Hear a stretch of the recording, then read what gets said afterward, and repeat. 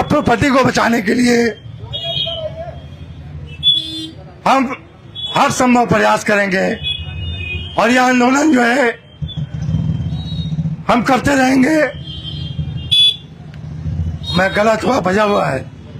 हम साथी चाहेंगे कि विकास जी एक हम बात करें ना, हम बात करें। तो इस वक्त जेपी चौक पर हैं, वक्फ संशोधन बिल को लेकर के यहाँ पर जोरदार विरोध प्रदर्शन हो रहा है।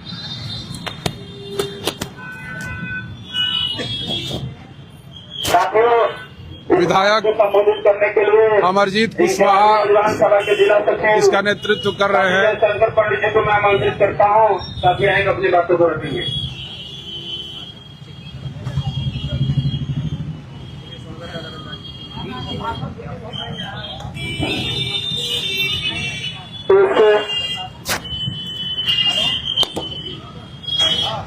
वक्फ संशोधन बिल वापस लेने के सवाल पर इसका नेतृत्व कर रहे हैं जीरादेव विधायक अमरजीत कुशवाहा जी। इसका नेतृत्व कर रहे हैं संविधान बचाओ संघर्ष मोर्चा के जिलाध्यक्ष नौला खान जी। इस संविधान इसका नेतृत्व कर रहे हैं आयशा के पूर्व राज्य उपाध्यक्ष विकास यादव जी और इसमें उपस्थित तमाम नौजवान साथियों को मैं इनकलाबी नौजवान सभा की तरफ से हार्दिक अभिनंदन और स्वागत करता हूं। अब जानते हैं कि कल वह बोर्ड की कल लोकसभा में लंबी बहस हुई और 288 मतों से लोकसभा में वह बिल पास हुआ। हम कहना चाहते हैं कि जिस जिस तरीके से मोदी सरकार पूरा देश में ध्रुवीकरण की राजनीति कर रही है, इसको आप तमाम लोगों को समझने की जरूरत है। भाजपा हमेशा से कहती रही है कि हमें मुसलमानों का वोट नहीं चाहिए, हम मुसलमानों के वोट नहीं चाहिए, हम मुसलमानों के वोट नहीं चाहिए, हम बिना मुसलमानों के वोट के ही देश में सत्तारूढ़ सरकार चला लेंगे। लेकिन जब यह बात कहते हैं तब हमें संविधान उठा के पढ़ने की जरूरत है। क्या यह संविधान हमें इन लोगों को इजाजत देता है ये कहने के लिए कि भाई मुसलमानों की वोट नहीं चाहिए? संविधान तो कहता है कि हम सब बराबर हैं, जितना दलितों की वोट की कीमत है उतना बड़े बड़े लोगों की वोट की कीमत है। लेकिन अपनी राजनीतिक स्वार्थ के कारण और देश में सांप्रदायिक राजनीति के कारण भाजपा इस तरह के बयान दे रही है।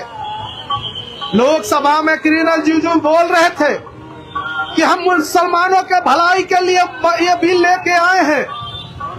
हम कहना चाहते हैं कि भाजपा के लोग, किरण रिजिजू जी, आपसे मुसलमानों की भलाई नहीं होगा। अरे जो भाजपा 230 सांसदों में एक सांसद को मुसलमान को नहीं जीता सकता, जो भाजपा त्योहारों में मस्जिदों को ढकने के लिए मजबूर करता है, जो भाजपा सड़कों पर हमें नमाज तक नहीं पढ़ने देता है, वैसे भाजपाइयों से हमें उनके की उम्मीद नहीं करनी चाहिए। ये भाजपा के लोग। और बिहार की बात किया जाए तो नीतीश कुमार जी सेकुलर हैं और सेकुलर की बात कहते हैं कि हम सेकुलर हैं।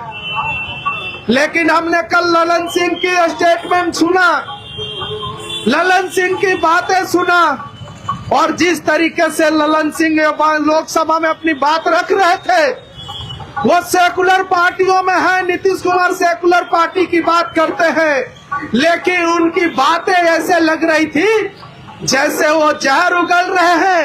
वो चाहते हैं कि इस देश में मुसलमान नहीं रहे, लेकिन हम कहना चाहते हैं कि देश की आजादी की लड़ाई में, इस देश के आजादी की लड़ाई में मुसलमानों ने अपनी खून बहाया है, अंग्रेजों से लड़ते लड़ते अपनी बलिदान दिया है। और इस देश से किसी मुसलमान पर आप हाथ डालिएगा तो इनकलाबी नौजवान सभा मजबूती से उनके पक्ष में खड़ा होकर के आपको जवाब देने का काम करेंगे।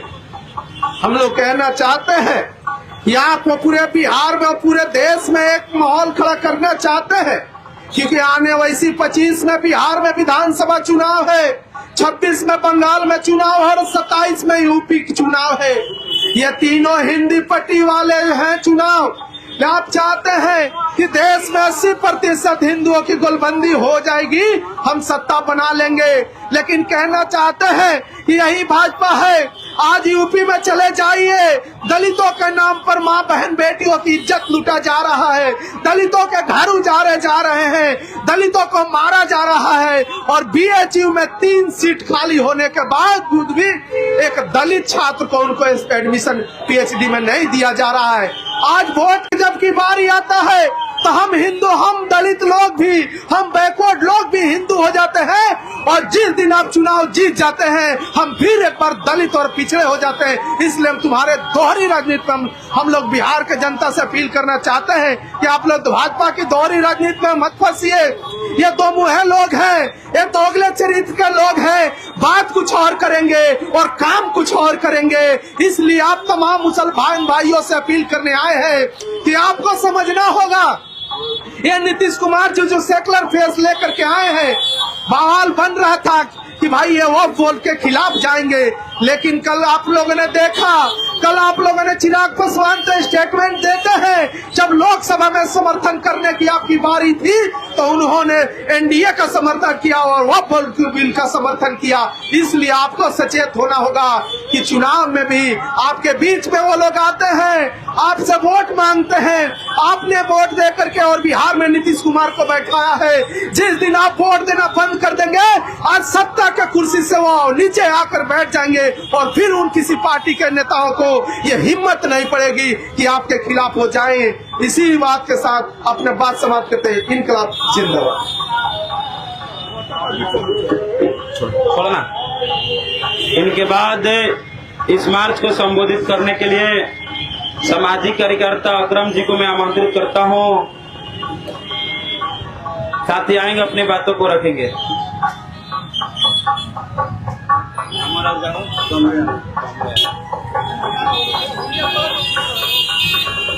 इस प्रोस्टेट में जितने लोग आए हुए हैं उन सभी का बहुत बहुत स्वागत है, वेलकम है, धन्यवाद है। और मैं ये आज कहना चाहता हूँ, ये वक्फ प्रॉपर्टी किसी की बाप की जागीर नहीं है, ये हमारे बुजुर्गों की दी हुई चैरिटी है और दान है। वो प्रॉपर्टी अगर सरकार अपने अंदर लेना चाहेगी तो हम लोग सड़क पर चक्का जाम करने के लिए, उतरने के लिए तैयार हैं। आज सरकार और सिवान में ये जेपी चौक पे ये चंद लोग ना देखा जाए, कल हर गली से, हर गांव से बच्चा रोड पे आने के लिए तैयार है। वक्फ प्रॉपर्टी बिल मुर्दाबाद, संविधान जिंदाबाद। इनके बाद इस मार्च को संबोधित करने के लिए भाकपा माले जीरादेवी विधायक कामरेड अमरजीत कुशवाहा जी को मैं आमंत्रित करता हूं। साथी आएंगे, अपनी बातों को रखेंगे। सब लोग इधर आइए, पीछे हो जाओ, थोड़ा साइड। सभी साथियों से आग्रह है कि रोड को थोड़ा साइड हो जाइए।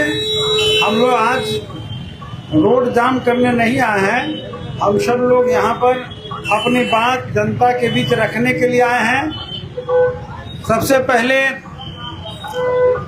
वक्फ संशोधन बिल को लेकर बाबा साहब डॉक्टर भीमराव अंबेडकर मूर्ति के पास से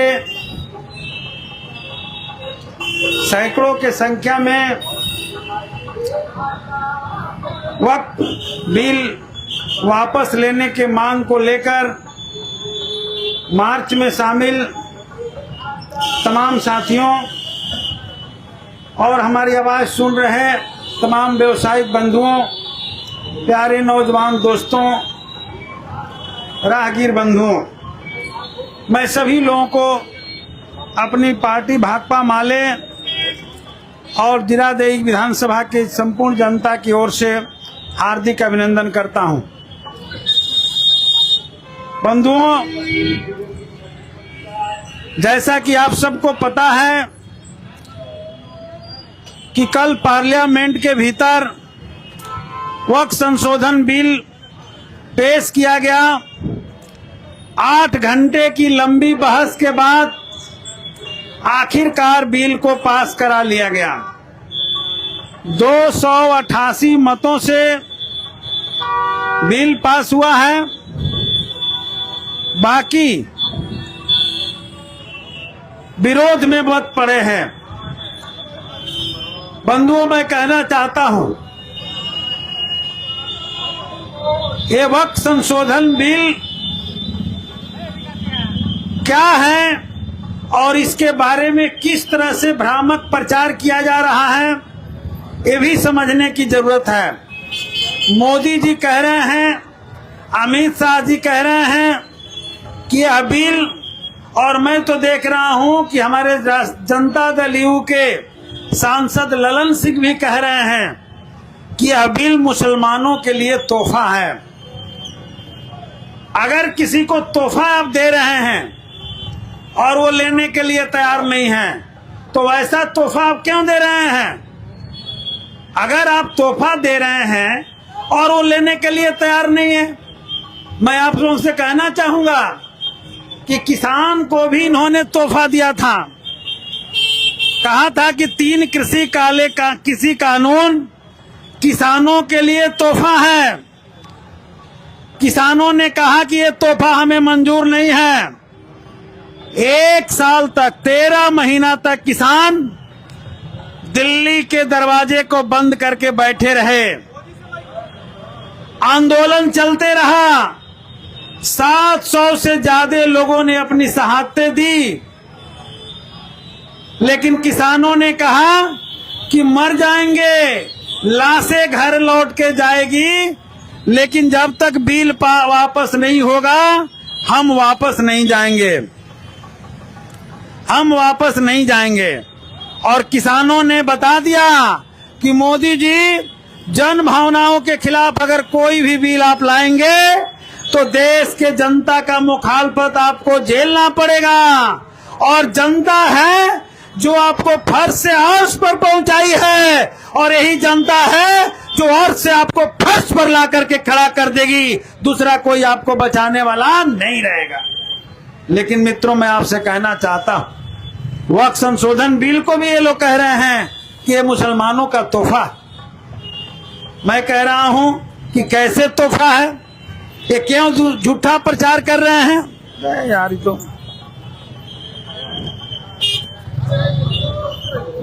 ये झूठा बैटरी डाउन हो गई तो छोड़ दो।